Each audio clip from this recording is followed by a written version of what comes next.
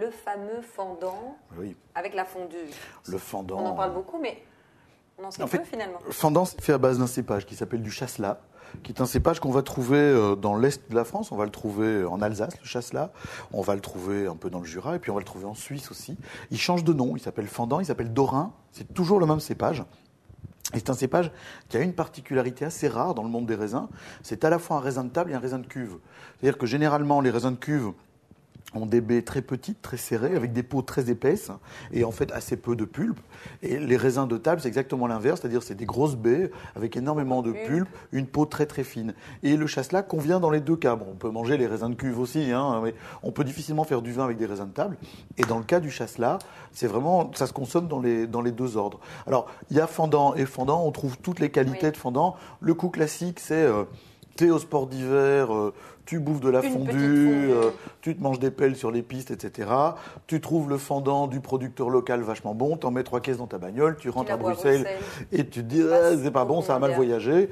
Et en fait, le vin voyage très très bien, il n'y a pas de problème, c'est juste, il était mauvais sur place, mais l'ambiance faisait que tu l'appréciais totalement différemment. Donc il vaut mieux acheter le fendant ici directement, ça évite d'avoir tout le déplaisir du transport. Nous, on vient de faire une petite rouge. Exactement. On a commencé la fondue, dans les bois de l'Âne, exactement.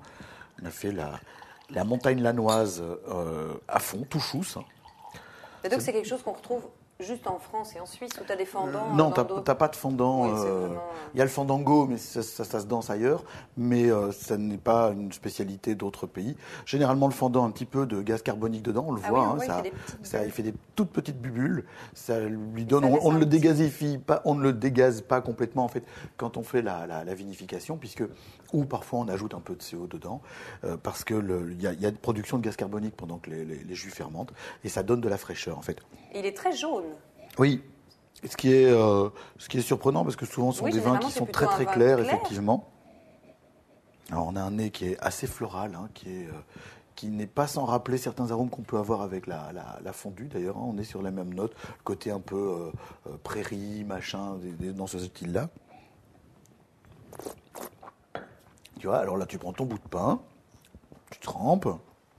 Alors, le plus dur avec la fondue, c'est évidemment de ne pas se brûler. De ne pas perdre le bout de pain. Le petit bout de pain aussi. Et on dit que c'est plus digestif aussi. Ça, c'est une légende. Non, mais c'est sûr, tu vas pas prendre...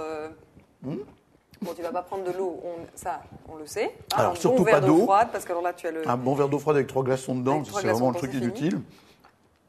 Non, mais vraiment, Là, le vin blanc, l'acidité du vin blanc permet de faire passer le truc, ça c'est clair, oui. Tout à fait. Et puis, je dis le petit verre d'alcool pour la religieuse à la fin, ça c'est important. Et puis voilà, pas le boire glacé, ça c'est important aussi, parce que sinon, ça fait le même effet que de l'eau. Allez.